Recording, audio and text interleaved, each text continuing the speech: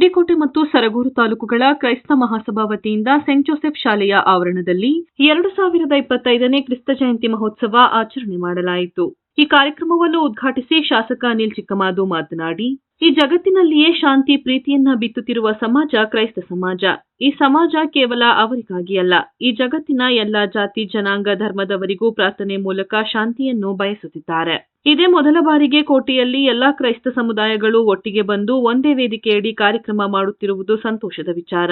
ಹಾಗೆಯೇ ಸಮುದಾಯದ ಮುಖಂಡರು 2 ಎಕರೆ ಭೂಮಿಯನ್ನು ಕೇಳಿದ್ದಾರೆ. ನಾನು ಅಧಿಕಾರಿಗಳಿಗೆ ಹೇಳಿ ಸರ್ಕಾರಿ ಜಾಗವನ್ನು ಗುರುತಿಸಲು ಸೂಚನೆ ನೀಡುತ್ತೇನೆ ಎಂದರು. ಇದೇ ಸಂದರ್ಭದಲ್ಲಿ ಮೈಸೂರಿನ ಎಜೆ ನಿರೀಕ್ಷಣಾ ಕೇಂದ್ರದ ರೆವರೆಂಡ್ ಡಾ ತಿಮೋತಿ ಜಾನ್ ಮಾತನಾಡಿ, ಕ್ರೈಸ್ತ ಧರ್ಮದಲ್ಲಿ ಯಾವುದೇ ಜಾತಿ ಧರ್ಮ ಪಂಗಡ ಭೇದವಿಲ್ಲ. ಯಾಕೆಂದರೆ ಯೇಸು ಹೇಳಿದ ಪ್ರಕಾರ ನಾನು ನಿಮ್ಮ ಹೃದಯದಲ್ಲಿ ನೆಲೆಸುತ್ತೇನೆ, ನನಗೆ ನಿಮ್ಮ ಹೃದಯದಲ್ಲಿ ಜಾಗ ಕೊಡಿ ಎಂದು ಹೇಳಿರುವಾಗ ನಾವು ಅವರಿಗೆ ಪ್ರೀತಿಯನ್ನು ದಾರೆರೆದು ಕೊಡಬೇಕೆಂದು ಘನ ಸಂದೇಶವನ್ನು ಉಪದೇಶಿಸಿದರು. ಬಳಿಕ Saint Joseph church father Prakash Bernard ಮಾತನಾಡಿ, ದೇವರಾದ ಯೇಸುವು ಪ್ರತಿಯೊಬ್ಬರ ಹೃದಯದಲ್ಲಿ ನೆಲೆಸಿದ್ದಾನೆ, ಎಲ್ಲರ ಹೃದಯದಲ್ಲಿ ವಾಸಿಸಲು ಜಾಗವನ್ನು ಹುಡುಕುತ್ತಿದ್ದಾನೆ. ನಾವು ಆತನಿಗೆ ಜಾಗವನ್ನು ಕೊಡುವಂತವರಾಗಬೇಕೆಂದು ಯೇಸುವಿನ ಸಂದೇಶ ತಿಳಿಸಿದರು. ಕಾರ್ಯಕ್ರಮದಲ್ಲಿ ಯೇಸುವಿನ ಜನನ, ಅವರ ಸಂದೇಶ, ಅವರು ತೋರಿದ ಮಾರ್ಗಗಳ ಕುರಿತಾಗಿ ಕಿರುರೂಪಕ, ನಾಟಕ, ಹಾಡು, ನೃತ್ಯಗಳನ್ನು ಮಂಡಿಸಲಾಯಿತು. ಈ ಕಾರ್ಯಕ್ರಮದ ಅಧ್ಯಕ್ಷತೆಯನ್ನು ಫಾಸ್ಟರ್ ಮಲ್ಲಿಕಾರ್ಜುನ್ ವಹಿಸಿದ್ದರು. ಈ ವೇಳೆ ಮುಖಂಡರಾದ ನಾಗಿನಹಳ್ಳಿ ಪ್ರದೀಪ್, ಸಿಎಚ್ ನರಸಿಂಹಮೂರ್ತಿ, ಪರಶಿವಮೂರ್ತಿ, ಜೀವಿಕಾ ಉಮೇಶ್, ಸ್ಟುಡಿಯೋ ಪ್ರಕಾಶ್, ಸೌಮ್ಯ ಮಂಜುನಾಥ್, ಚೌಡಳ್ಳಿ ಜವರಯ್ಯ ಸೇರಿದಂತೆ ಎಲ್ಲಾ ಸಂಘದ ಪದಾಧಿಕಾರಿಗಳು ಮತ್ತು ಎಚ್ಡಿಕೋಟೆ ಸರಗೂರು ತಾಲೂಕಿನ ಎಲ್ಲಾ ಸಭಾ ಪಾಲಕರು ಮತ್ತು ಧರ್ಮಗುರುಗಳು, ಎಲ್ಲಾ ಕ್ರೈಸ್ತ ಬಾಂಧವರು ಉಪಸ್ಥಿತರಿದ್ದರು.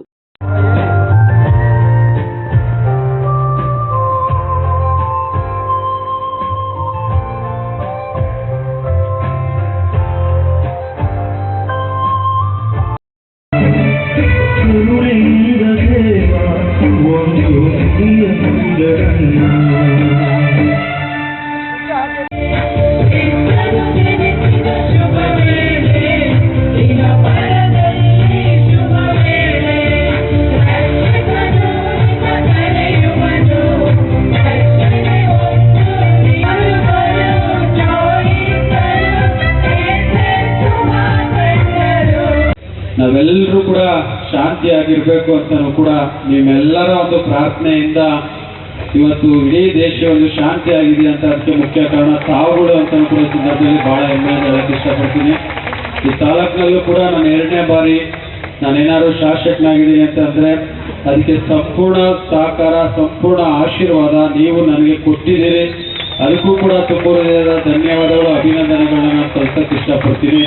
ಯಾಕಂದರೆ ನನಗೆ ಮೊದಲನೇ ಬಾರಿ ಟೈಗರ್ ಬ್ಲಾಕ್ನಲ್ಲಿ ತಾವು ಚರ್ಚ್ಗೆ ಕರೆದ್ರಿ, ಅವತ್ತು ಶಾಸಕನಿದ್ದೆ.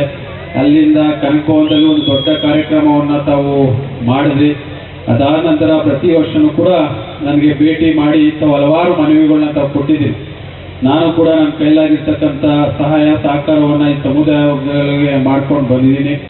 2 ಕುರಿಗಳು ಯಾರಿಗೆ ಸ್ನೇಹಿತರಾಗಿದ್ರು ಗೊತ್ತೇ? ಆದಾಮು ಅವಳಿಗೆ.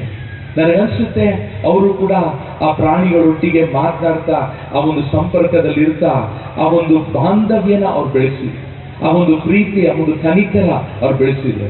ಆದ್ರೆ ಆ ದಿನ ಅವ್ರು ಮಾಡಿದ ಪಾಪಕ್ಕೆ ದೇವ್ರು ಏನ್ ಮಾಡಿದ್ರು ಗೊತ್ತೇ? ಆ 2 ಕುರಿಗಳನ್ನ ಬಲಿಯಾಗಿ ಸ್ವೀಕಾರ ಮಾಡಿಕೊಂಡು ಆ ಕುರಿಯ ರಕ್ತನ ಚೆಲ್ಲಿ ಅದೇನ್ ಮಾಡ್ತು ಗೊತ್ತೇ? ಆದಾಮು ಅವಳ ಪಾಪನ ಮುಚ್ಚಿತ್ತು. ಜ್ಞಾಪಕ ಇಟ್ಕೊಳ್ಳಿ. ನಮ್ಮೊಡನೆ ಇದ್ದಾರೆ, ಎಲ್ಲಿದ್ದಾರೆ? ಇಂದು ನಮ್ಮ ಹೃದಯಗಳಲ್ಲಿದ್ದಾರೆ, ಪ್ರತಿಯೊಬ್ಬ ವ್ಯಕ್ತಿಗಳಲ್ಲಿದ್ದಾರೆ ಎಂಬುದನ್ನು ನಾವು ಮರೆಯಬಾರದು. ನೀವೆಲ್ಲರೂ ದೇವರ ಗರ್ಭಗುರಿಯಾಗಿದ್ದೀರಾ.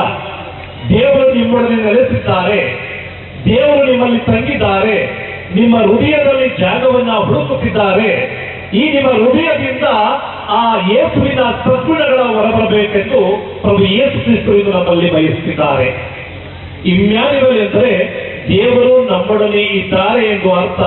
ಅದರಲ್ಲಿ ಆಗಿದೆ ಮೊದಲನೇದಾಗಿ, ದೇವರು ಇಂದು ಪ್ರತಿಯೊಬ್ಬ ಮಾನವನಲ್ಲಿ, ಮನುಷ್ಯ ಜೀವನದಲ್ಲಿ, ಮನುಕುಲದಲ್ಲಿ ನಾವಿಂದು ಅವರು ಜನಿಸುತ್ತಿದ್ದಾರೆ ಎಂದು ಹೇಳಿದರೆ ತಪ್ಪಾಗಲಾರದು.